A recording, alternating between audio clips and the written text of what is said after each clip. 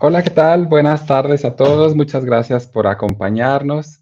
Estamos aquí para la presentación del dossier Sujetos Pacientes, Sujetos Vulnerables. En Claves del Pensamiento sale a la luz en junio del año 2007. Nace con un compromiso ético que desde la pluralidad de las tradiciones humanísticas busca iluminar el presente y abrir rutas para el futuro a partir de la comprensión y el entrecruzamiento de las distintas disciplinas.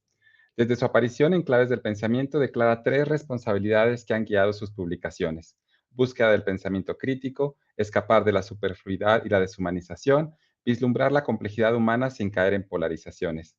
En el año 2015, el consejo editorial de la revista decide seguir publicando artículos científicos de las disciplinas de filosofía, arte, literatura e historia, declarando su principal interés en temáticas relacionadas con la vulnerabilidad. La vulnerabilidad entendida en sus distintas dimensiones y entrecruzamiento resultaba una categoría que de algún modo había estado presente a lo largo de los números editados, pero se consideró que requería de hacerse más visible y tomada como hilo conductor que renovara la intención inicial de la revista. Paulatinamente, los artículos que se abordaron fueron aumentando respecto al tema de la vulnerabilidad, y se comenzó a partir del año 2022 la publicación de dossiers temáticos. El primer dossier temático es Los retos de la vulnerabilidad en el mundo actual, un enfoque interdisciplinar. El segundo dossier temático fue El mal, la vida dañada. Y ahora estamos muy contentos y muy agradecidos con Ágata y con Daniel por haber coordinado este dossier, sujeto paciente, sujeto vulnerable, que estamos seguros que será una importante contribución para los lectores, y estamos muy contentos como revistas y como institución de ser puente, un canal de comunicación para cada uno de los artículos que contiene. Muchas gracias a cada uno de los autores y en especial a los editores Ágata y Daniel por el bello esfuerzo realizado. Le doy la palabra a uno de nuestros editores temáticos, Daniel Greco. Pues buenas tardes, es un gusto para mí estar el día de hoy con ustedes y presentar justo el dossier Sujetos Pacientes, Sujetos Vulnerables, el cual nació del grupo de investigación y de lectura del mismo nombre, organizado por la doctora Ágata Pack en la Universidad Autónoma del Estado de México y eventualmente alojado en el proyecto INCON. Son 2 los ejes temáticos en torno a los cuales giran las contribuciones que forman parte del dossier. En primer lugar, está la discusión en torno al concepto de paciente y en segundo, la discusión sobre el concepto de vulnerabilidad. Por un lado, nos interesaba deshacernos de ciertas representaciones y lugares comunes que confinan la experiencia del paciente al sufrimiento y al padecimiento. Si bien ambas vivencias forman parte de la vida del paciente, también nos interesaba explicitar su agencia y los soportes que lo apoyan durante su condición patológica. Y por otro lado, en lo que respecta al concepto de vulnerabilidad, también nos interesaba deshacernos de la idea de que la vulnerabilidad es únicamente una vivencia pasiva. Muchos de los artículos comparten la intuición de que la vulnerabilidad, como ponen dos autoras del dossier, también es una experiencia que puede dar lugar pie al empoderamiento.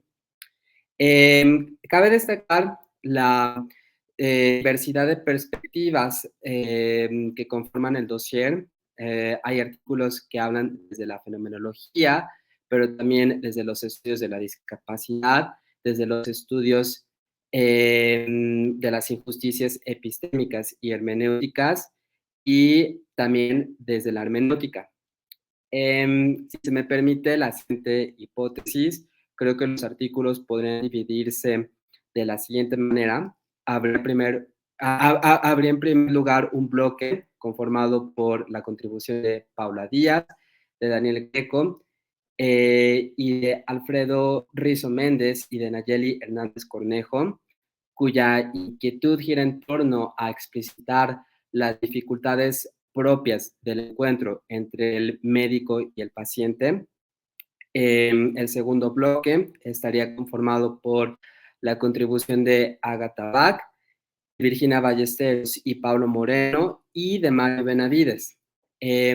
Estos cuatro autores intentarían explicitar la agencia propia del paciente, si bien en distintos contextos. Y bueno, cabría mencionar también que ninguno de estos autores cede a la tentación de pensar en la agencia en términos de una capacidad de un sujeto totalmente soberano, sino que precisamente ponen este concepto en relación con los soportes y, para retomar un concepto de Judith Butler, las infraestructuras que posibilitan la acción y la agencia del paciente. El segundo bloque estaría conformado por la contribución de Federico Parra y de Marcia Villanueva. Federico Parra, por ejemplo, hace una contribución a los estudios de discapacidad al esclarecer la noción de entorno propuesta por el modelo social de comprensión de la discapacidad, mientras que Marcia Villanueva hace una contribución en el encuentro entre el médico y el paciente al exponer la manera en que la identidad del médico está estructurada por lo que el autor llama galenidad. Finalmente, el artículo de Ignacio Quepus ofrece un análisis fenomenológico del concepto de vulnerabilidad, que en lugar de hablar de esta vivencia como si de una mera fragilidad física se tratara, nos enseña que la vulnerabilidad es la anticipación del daño al que yo puedo estar expuesto como sujeto corpóreo. Y bueno, eso sería todo de mi parte. Muchas gracias. Espero que el dossier sea de su agrado. Y ahora cedo la palabra a mi compañera Agatha. Hola, buenas tardes. ¿Qué tal? Me alegro mucho de estar con todos ustedes acá. La verdad que a mí me corresponde la amable tarea de presentar a nuestros invitados. Así que procedo a hacerlo con mucho gusto. Hemos elegido a distintos autores y autoras para que nos platiquen un poco de su aportación al tema, a la investigación sobre el tema de la identidad del paciente, sobre vulnerabilidad, y que se corresponden de alguna forma con los bloques que ha señalado Daniel. Es interesante como cada uno de nosotros pone énfasis en otras cuestiones y como esos bloques podrían reestructurarse de forma distinta. Pues invitamos a todos a que comprueben las líneas subterráneas que transcurren por debajo de estas contribuciones. Nuestra primera invitada es autora Paula Díaz Romero, es doctora en filosofía, está afiliada en CONICET y trabaja en UNESE y Universidad Nacional de Jujuy. Y nos hablará de un punto importante de nuestro monográfico, es la relación médico-paciente, las cuestiones éticas y fenomenológicas que están implícitas allá a través de su artículo. Paula, te damos la bienvenida. Muchas gracias por aceptar nuestra invitación. Adelante. Muchas gracias, Ágata. Ante todo, agradecer la posibilidad de participar de esta presentación del dossier y de haber podido participar en el dossier a Javier, a Ágata y a Daniel. Ha sido muy amena la etapa de evaluación y de revisión del artículo, me pareció muy nutriente, así que les agradezco muchísimo. Les voy a comentar un poco de qué trata mi artículo. Fundamentalmente, el artículo se tituló finalmente Enfermedad, vulnerabilidad y alienación, análisis de la relación médico-paciente desde una ética sartreana, y en el título ya están, funcionando los tres conceptos centrales que van a ser los conceptos operativos dentro del texto, que son justamente enfermedad, vulnerabilidad y alienación. Y lo hago desde un punto de vista o de un enfoque fenomenológico particular, que es el enfoque de Jean-Paul Sartre. Lo que propongo es reflexionar sobre la experiencia de la enfermedad en tanto que esta revela una dimensión de la vulnerabilidad o la dimensión de la vulnerabilidad propia de la existencia humana y el modo en que esta experiencia se ve agravada ante la aparición de la mirada objetivante del otro, que en esta lógica del vínculo médico-paciente va a estar representada por la figura del médico.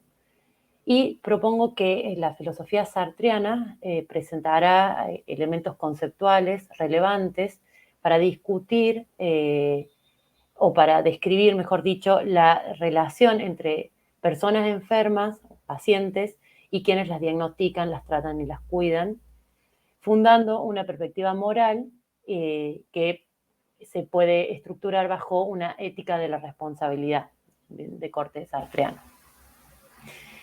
Sabemos, que la experiencia de la enfermedad, el vivir la enfermedad es un fenómeno complejo. Y ante esta complejidad de la enfermedad que se agrava y que requiere, atención especializada para su diagnóstico, su tratamiento y su curación en algunos casos, la persona enferma, el paciente, acude al saber especializado del médico o de la médica, depositando en este vínculo la confianza de la restitución del estado de salud, ¿no?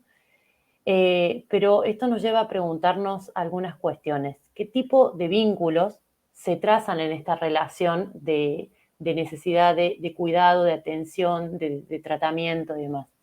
¿Qué sucede cuando el médico o la médica identifican el cuerpo de la persona enferma con un objeto de estudio o de escrutinio propio del saber científico? ¿Qué responsabilidades implican este vínculo y qué ética lo sostienen? Son preguntas que van construyendo el hilo, del artículo. Y nos llevan a enfatizar el lazo esencial que se establece entre enfermedad, vulnerabilidad y las relaciones con el prójimo. Ante la enfermedad, especialmente cuando está acompañada de dolor, el cuerpo se convierte en un objeto tematizado, ¿no? Objeto de escrutinio. Eso aparece la dimensión objetiva del cuerpo. Pero al mismo tiempo, aparece la experiencia alienante del cuerpo, ya que el cuerpo ya no se puede concebir como aquella base, silenciosa de nuestra existencia, ya no puede ignorarse ni darse por sentado, sino que debe ser atendido en diversos sentidos. Ahora bien, con esta objetivación del cuerpo, esta tematización del cuerpo, adviene la experiencia de alienación propia de la propia objetivación o la propia atención sobre el cuerpo, pero que se ve agravada por esta mirada del discurso médico, que lo que hace es deshumanizar en cierta medida el fenómeno al que está atendiendo, ¿no? Que en este caso es el paciente enfermo. Lo que intento establecer entonces es que esta alienación que sufre el paciente por parte de la mirada médica agravaría la experiencia de vulnerabilidad propia de la existencia humana.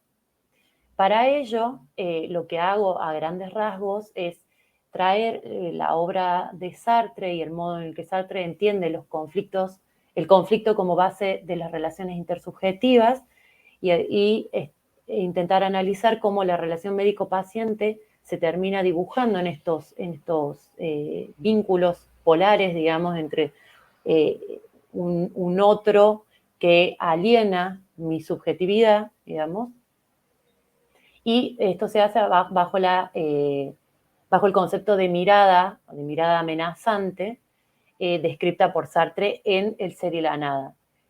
En un segundo momento del trabajo, lo que intento es presentar como una propuesta superadora de este tipo de vínculo objetivante, alienante, y que en cierta medida aparece como un vínculo de violencia en el sentido de que termina por oprimir la dimensión existencial de la persona enferma hacia una nueva interpretación o un nuevo paradigma, digamos, para pensar esta relación a partir de algunos conceptos que se desarrollan en los cuadernos para una moral, obra póstuma de Sartre, y que desarrolla Alain Savignano en su libro dedicado a las relaciones intersubjetivas en Sartre. Y es que estos conceptos, digamos, que me sirven para repensar esta relación son el concepto de generosidad y el concepto de llamada, fundamentalmente. Esto tendría que ver con que la experiencia de la fragilidad orgánica y psíquica, que implicaría una solicitud al otro, ¿no? O sea, la persona que transita una enfermedad, una patología que está acompañada fundamentalmente de dolor y cuyo dolor puede llegar a cronificarse, o sea, experiencias donde la solicitud se vuelve casi imperante, digamos. En Sartre se entiende esto como una llamada, ¿no? Como una llamada que tiene que ser respondida, digamos. Entonces, desde esta perspectiva, lo que se permite es considerar este acontecimiento de la llamada como una solicitud ética auténtica y a la respuesta como una respuesta generosa o de una respuesta en términos de don. Ante esto, hasta esta nueva modalidad de relación, la relación que se establece entre la libertad del otro como autonomía se establece en términos de una escucha de la vulnerabilidad, digamos. Entonces esto permite o abre vínculos posibles basados en una perspectiva ética y una perspectiva empática distinta de esta primera presentada basada en una relación de conflicto y de alienación a partir de la mirada. En este sentido, las relaciones entre los y las profesionales de la salud no solo se desarrollarían bajo esta relación hegemónica que se establece entre médico y paciente, digamos, como gran modelo, como un modelo paradigmático, digamos, sino en otros tipos de vínculos posibles, quizás que se pueden comprender mejor en vínculos entre enfermeros y pacientes, por ejemplo, ¿no? O enfermeras y pacientes. Estos vínculos se fundan en el cuidado y la atención de la persona vulnerable que atraviesa una enfermedad y que puede requerir atención, escucha y afecto, además de un tratamiento específico para su patología. Las prácticas del cuidado se sostendrían, digamos, en este sentido, en una comprensión auténtica del llamado a dar al otro. Y en este sentido, digamos, se rompería esa comprensión del cuerpo del paciente como un cuerpo precisamente paciente, digamos, un cuerpo pasivo y un cuerpo objetivo, digamos, dando lugar a la autonomía del paciente. Bueno, en líneas generales, de eso trata mi artículo, que se articula muy bien con los otros artículos, como mencionó Daniel, que comprenderían este eje de discusiones en torno a la relación médico-paciente. Muchas gracias, Paula. La verdad que es un placer poder tenerte aquí para que nos lo expliques. Yo creo que las líneas que tú has mencionado son de alguna forma problemas que permean de alguna forma nuestras preocupaciones en ese dossier. Como verán, si leen el artículo de Marcia Villanueva, el mío propio, el de Mario, esa relación y ese carácter pasivo del paciente y la dimensión ética que se ve también en el artículo de Virginia y Pablo, pero también realmente en casi todos, están ahí abordados desde distintos ángulos porque constituyen un problema y un desafío que pensar. Bien, te agradezco mucho la intervención. En segundo lugar, bueno, iba a presentar en este momento a nuestro segundo invitado, el doctor Ignacio Quepons, de la Universidad Veracruzana. Ignacio no puede estar con nosotros por sus obligaciones en la universidad, pero me he permitido en esas circunstancias expresar yo unas breves consideraciones sobre el tema que le pedimos.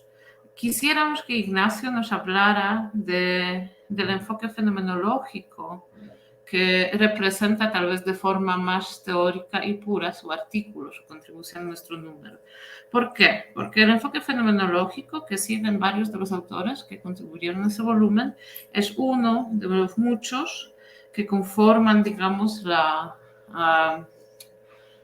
multidisciplinariedad del enfoque de nuestro dossier.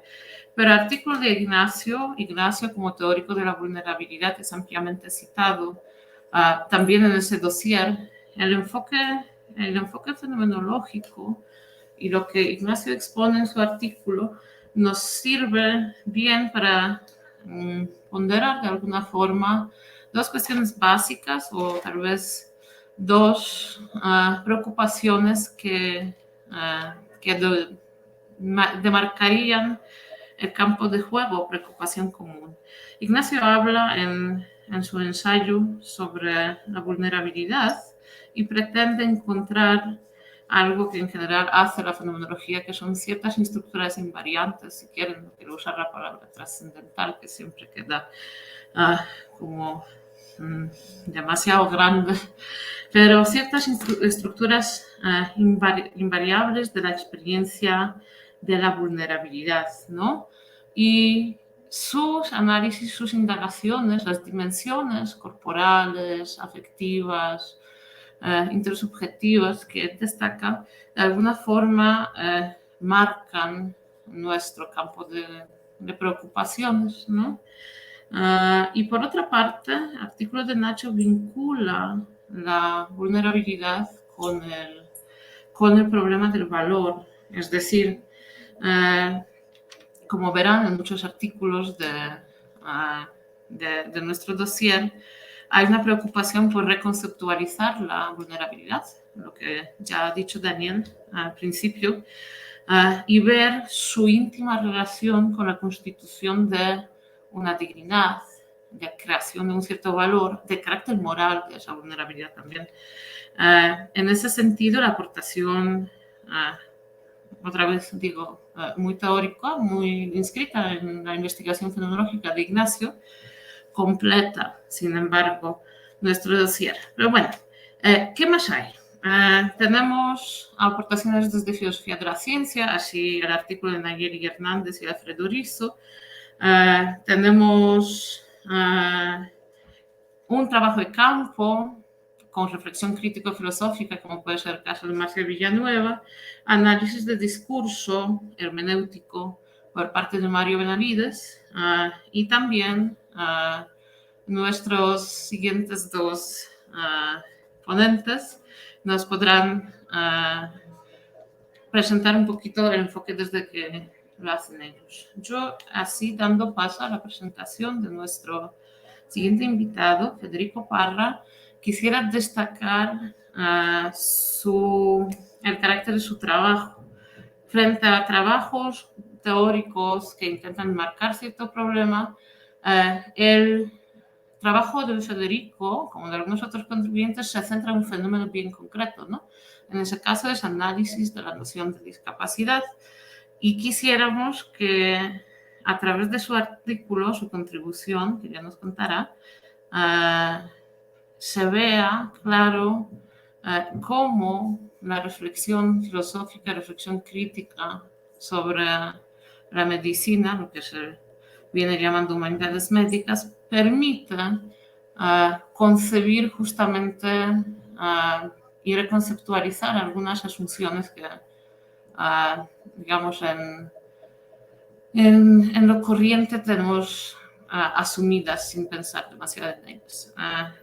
Bueno, dicho eso, quisiera presentar a Federico Parras, que es estudiante de maestría, uno de nuestros contribuyentes más jóvenes, pero que ha pasado por un proceso de revisión bien duro. Federico está con nosotros en el grupo de lectura y está cursando la maestría en la Universidad de Zaragoza actualmente, y quisiera que nos platicaras un poco sobre lo que te propones investigar en el artículo que has hecho. De acuerdo, Ágata, pues muchísimas gracias y también muchísimas gracias por la ocasión de tenernos aquí, de tener esta oportunidad para conversar de todo ello. Mi artículo, se titula la estructura citacional de la discapacidad, y en este caso lo que he buscado hacer ha sido intentar comprender a qué nos referimos con discapacidad, sobre todo desde el marco del llamado modelo social de la discapacidad, ¿no? Entonces, quizás creo que lo suyo es que primero exponga un poco cuáles han sido los modelos más dominantes o los modelos más fuertes para explicar y para comprender la discapacidad, y después a partir de ahí pues puedo hacer entrar un poco en juego las nociones que yo he querido introducir en el propio trabajo, ¿no? Entonces, los modelos dominantes hasta el momento han sido principalmente lo que llamamos el modelo médico y el modelo social. Es verdad que, digamos, anteriormente a la modernidad, la comprensión de la discapacidad era sobre todo religiosa o teológico-moral.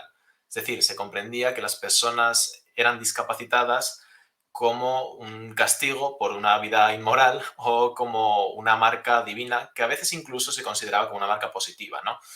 Pero bueno, con la llegada de la modernidad, con la prevalencia de una perspectiva un poco más científica, lo que emerge es una comprensión mucho más médica de la discapacidad. Entonces, en ese sentido hablamos mucho de modelo médico. En los estudios de discapacidad se habla de modelo médico, pero lo cierto es que no hay tal cosa como un modelo médico, ¿vale?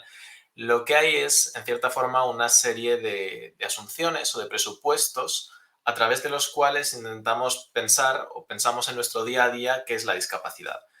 Y entendemos desde el modelo médico que la discapacidad sería pues una suerte de disfunción orgánica, es decir, una parte del cuerpo que debería poder hacer algo no puede hacerla, ¿no? Unos ojos que deberían poder ver bien tanto de cerca como de lejos, en realidad pues solo ven bien de cerca, ¿no? Una miopía de toda la vida. O, por ejemplo, la incapacidad para poder mover una parte del cuerpo, una pierna o dos, o lo que nos pueda obligar a utilizar otros elementos asistenciales, ¿no?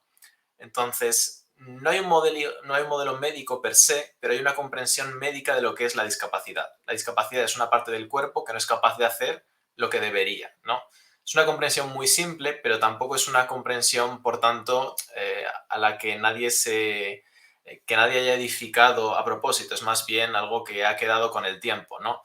Y frente a esa comprensión médica que sitúa la discapacidad en el cuerpo de la persona, como una cuestión individual, como una cuestión personal, va a llegar después el modelo social, ¿no? Y este ha sido quizás uno de los cambios más importantes a la hora de comprender no solo qué es un cuerpo, sino también cómo le atribuimos o le dejamos de atribuir discapacidades o discapacidades, ¿no?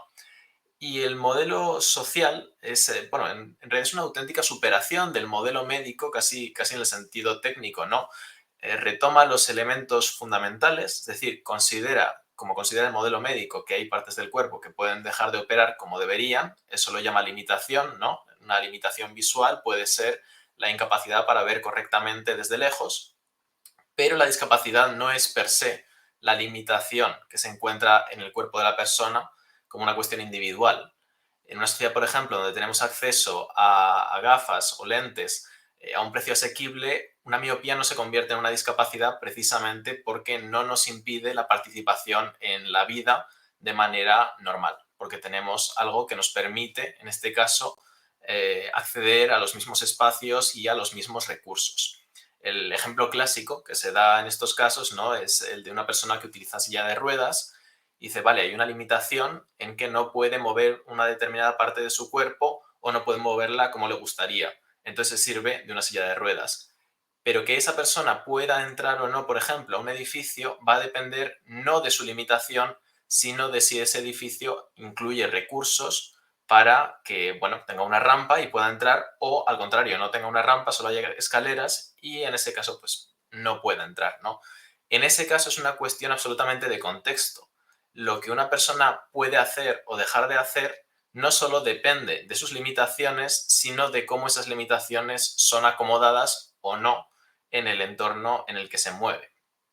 Y todo esto está muy bien, ¿no?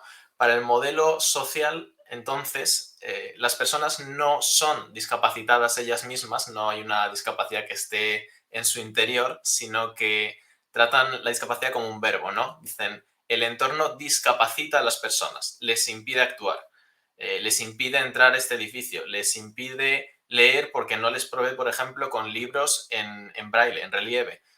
Toda esta serie de cuestiones y de la interacción entre los recursos que dispone una sociedad para las personas y la habilidad de las personas para echar mano de ellos es lo que constituye el núcleo del modelo social. Y entonces a mí esto me parece muy interesante. Me parece fundamental hablar de la capacidad o la discapacidad como una relación con el entorno. Esta es como la frase casi fetiche, ¿no?, del modelo social.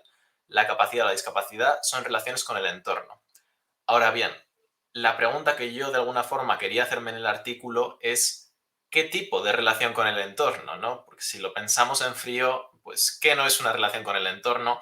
La cognición en general es una relación con el entorno, la percepción más en particular es una relación con el entorno. En fin, en realidad podemos caracterizar casi cualquier cosa como una relación con el entorno. Pensamos también en la emoción, en la acción, ¿qué no es una relación con el entorno? De modo que, para dar un poco respuesta a esta pregunta, yo me he apoyado sobre todo en la noción derridiana de citabilidad, ¿vale? ¿Qué quiere decir esto? Bueno, la aplicación que yo he hecho de este término podría explicarse de manera sencilla así. En un primer lugar, hay un entorno, un medio, un contexto en el cual nos movemos y ese entorno está regido por unas leyes que lo gobiernan. Esas pueden ser unas leyes materiales, cuando hablamos, por ejemplo, de las propiedades de un material, pueden ser una serie de convenciones, cuando lo que estamos mencionando es cómo comportarse en un grupo o cómo moverse en un entorno social determinado. Y luego hay una capacidad para manipular o para utilizar esas normas en favor de lo que uno o una quiere hacer, ¿no? Voy a aterrizarlo ahora con un ejemplo porque creo que se verá mejor. Pero, por ejemplo, si pensamos en el caso de caminar, las personas que caminamos en general decimos, bueno, yo puedo caminar, pero en realidad la frase completa sería puedo caminar en ciertos entornos. Yo camino sobre cemento, pero evidentemente no soy capaz de caminar sobre agua. Esto es algo como muy banal, ¿no? Pero, ¿por qué ocurre esto? Porque cada uno de estos materiales tiene, bueno, una serie de propiedades y, por lo tanto, una serie de relaciones causales que va a mantener conmigo. Por ejemplo, el agua en estado líquido hace que cualquier cuerpo con una densidad mayor situado encima suyo se hunda. Y por lo tanto no podemos caminar los seres humanos sobre agua porque pues, efectivamente tenemos una densidad mayor y nos hundimos. No ocurre así con el cemento. Pensemos también, por ejemplo, en la respiración. Cuando yo digo yo respiro, yo puedo respirar o yo soy capaz de respirar, también está implícito que puedo respirar determinado aire, ¿no? Y en realidad un rango muy limitado, con que cambiemos un poco la proporción de la composición de lo que estamos respirando, enseguida se nos va, enseguida ya no podemos respirar, ¿no? A lo que quiero ir con esto es que la capacidad no es solo una habilidad individual o una funcionalidad de los órganos y del propio cuerpo, sino también la adecuación entre esas propiedades del entorno y la capacidad, o valga la redundancia en este caso, pues las posibilidades del cuerpo. Por eso considero que la capacidad no es per se únicamente individual, como quizás lo consideraría pues, el modelo médico.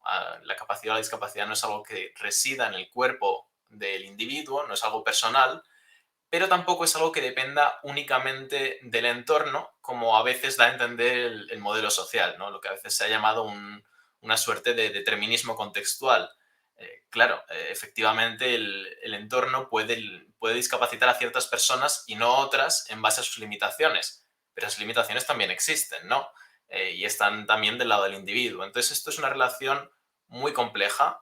Lo que he tratado de argumentar es precisamente esto, que no es una mezcla, que la estructura citacional, ¿no? La capacidad de echar mano de cómo funciona un entorno para actuar, no es una mezcla de capacidad individual y capacidad, o sea, y propiedades, o sea, perdón, no es una mezcla del modelo individual y el modelo social. Es más bien una estructura distinta que efectivamente tiene partes del individuo, tiene partes del entorno, pero que se enreda entre sí de una manera un poco más compleja que de la manera en que nos da a entender el modelo social.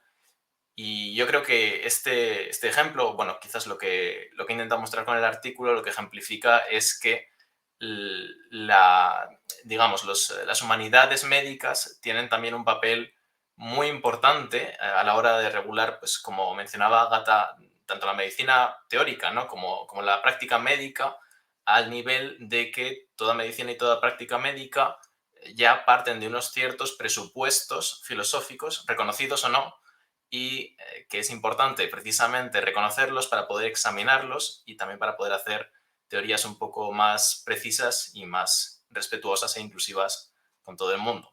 Y bueno, esto sería un poco lo que he intentado hacer con el artículo, así que le devuelvo la palabra ya a Ágata. Muchísimas gracias de nuevo por la oportunidad.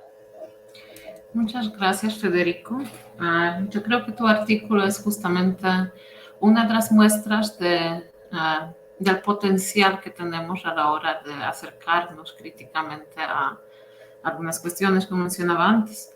En esa misma línea tenemos otros artículos como el de Alfredo Rizo Méndez y Nayeli Hernández sobre personas que sufren padecimientos mentales, o también el artículo de Virginia Ballesteros y Pablo Moreno Romero, que toman por objeto de su estudio un fenómeno que no es una enfermedad por sí, pero sí se reconoce como algo medicalizado y sobre el que circulan una serie de asunciones, presuposiciones que hay que desentrañar críticamente de igual forma. Justamente Virginia y Pablo son nuestros últimos invitados. Tenemos problemas de conexión, así que esperemos que sí están con nosotros. Yo los presento brevemente y les cedo la palabra. Esperemos que la conexión aguante. Virginia Ballesteros trabaja en la Universidad de Valencia y su interés por el tema del parto y nacimiento viene de un proyecto anterior ya, en el que sigue trabajando con Pablo, que le acompañó en su estudio de filosofía de la medicina y problemas que eso de ese campo.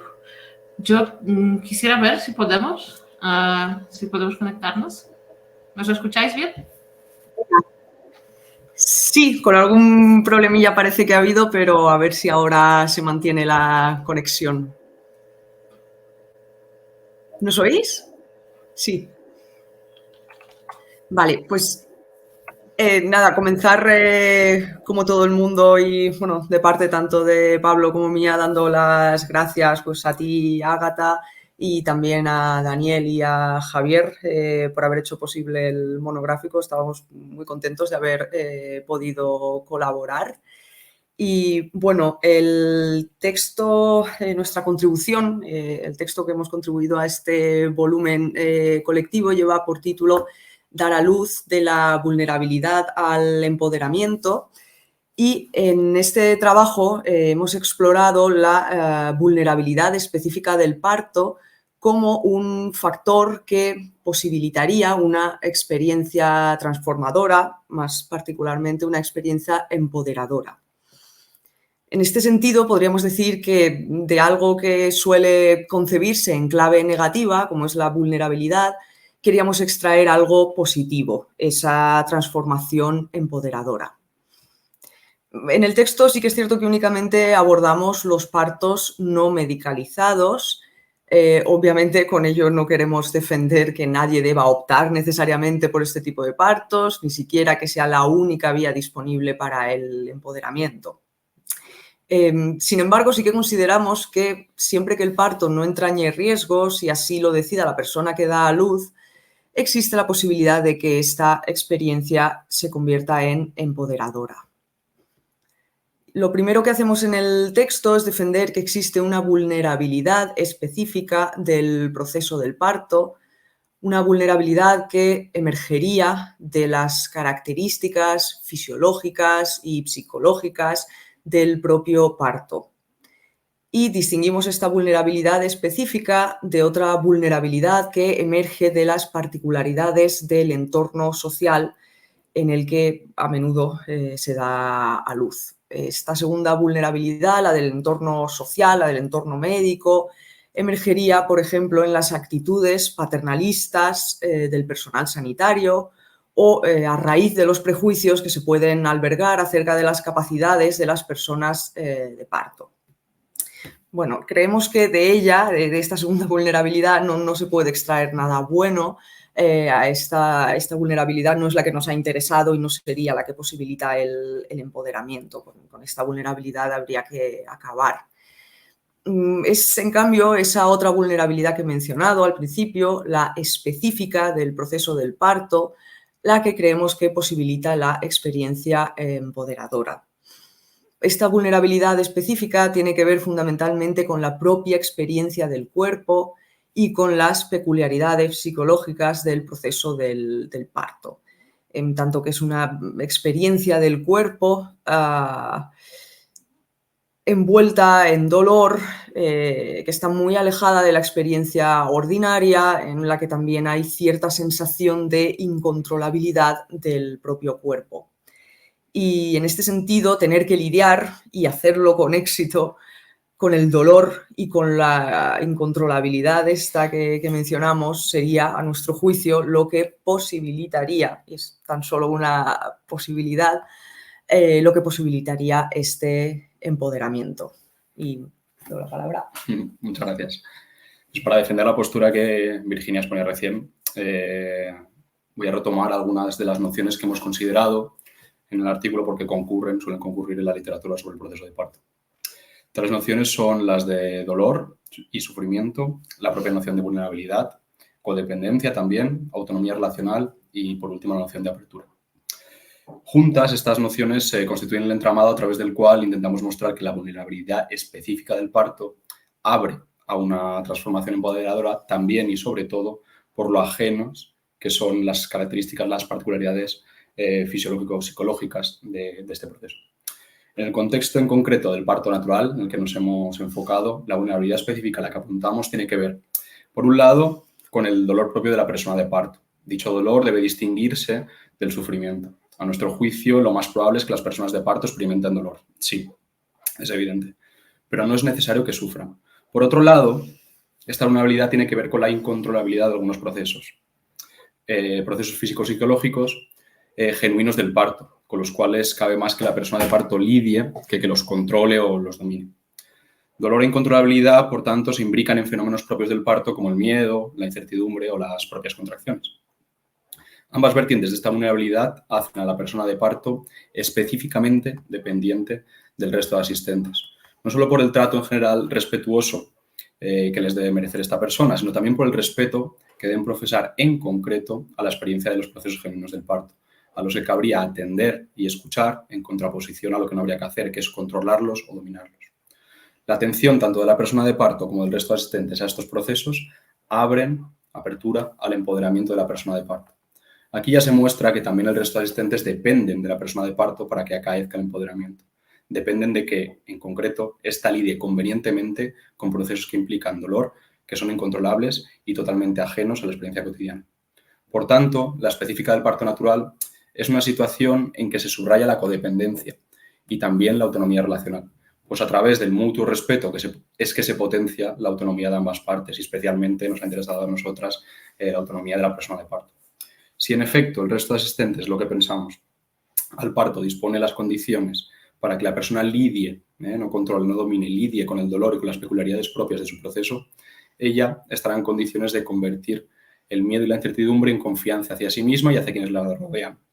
Y el dolor y la incontrolabilidad, por otra parte, que signan, por ejemplo, las contracciones específicas del proceso de parto, se convertirán en una escucha, ¿no? A través de esta apertura, a través de esta autonomía, una escucha de las mismas, como sabes, instancias capaces de guiar el parto natural. No el control, el dominio, por tanto, de los procesos genuinos del parto, sino la lidia a través de ellos, será la actitud que permitiría transformar una situación abierta inicialmente, es cierto, también al sufrimiento, en una actualizada seguridad de la persona de parto en sí misma, en las capacidades, diríamos, vale decir, de su propio cuerpo y de su propia mente, en quienes la rodean, o sea, su seguridad y su confianza en sí misma, en quienes la rodean, y a la que nosotros hemos decidido denominar empoderamiento. Esta seguridad, si se nos permite, se hace patente en testimonios como el que hemos incluido en el acápite de nuestro trabajo, en que una persona afirma tras parir, y dice el testimonio, dice, nada de lo que yo antes hubiera hecho era tan inteligente, tan hermoso, tan puro, perfecto como esto. Ahora sabía cómo se sentía Dios después del 6º día de la creación. ¿Por qué lo hizo? Yo era un dios, yo era una diosa, yo era Dios. Yo ordené la creación, dije fiat lux y presencié la vida en toda su gloria. Con esta cita final reiteramos nuestros agradecimientos y le devolvemos la palabra a Ágata. Muchas gracias. Muchas gracias. Es una cita poderosa, la verdad. Me ha gustado mucho encontrarme con ella. Estos son unos ejemplos de tipo de investigación, tipo de preocupación que nosotros como grupo de lectura y amigos, así tendríamos que denominarlo, porque algunos asisten, otros nos conocen por las conferencias, algunos nos conocimos en algún otro sitio, hemos decidido poner en común. Agradecemos otra vez más, no sé si gustan juntárseme, Javier, Dani, a lo mejor los demás autores también, para desde aquí animarles a todos a echar un vistazo a nuestro monográfico, a las contribuciones que hemos hecho y entrar en diálogo con nosotros pues de forma que gusten. Otra vez queremos aprovechar para agradecer al editor, que hemos disfrutado mucho del trabajo, y también a nuestros evaluadores que han hecho un excelente trabajo y a tiempo, lo cual es especialmente de agradecer. Eso es todo de mi parte. Muchas gracias.